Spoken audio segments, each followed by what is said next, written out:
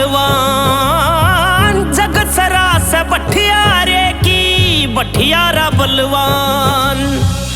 पैसे लेके घर तैता दे, पैसे लेके घर तैता दे भाई रे। जब खुल जाएंगे तेरे कान, जब खुल जाएंगे तेरे कान।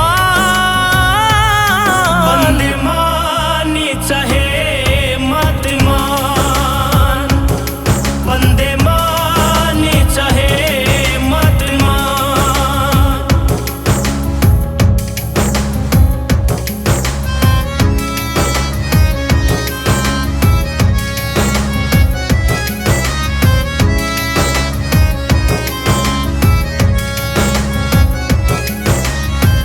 पचधूणा के बीच तपे जा चाहे कर गंगा स्नान, पचधूणा के बीच तपे जा चाहे कर गंगा स्नान।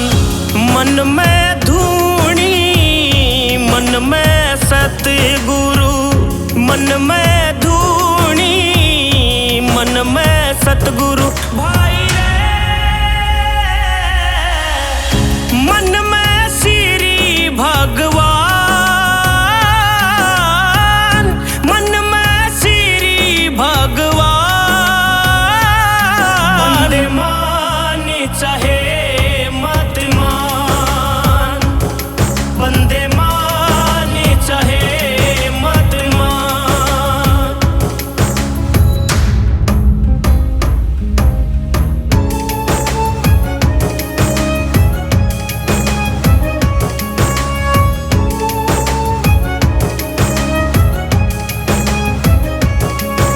श्री मांगे राम गुरु की सेवा सब ते बढ़ के दान, मांगे राम गुरु की सेवा सब ते बढ़ के दान।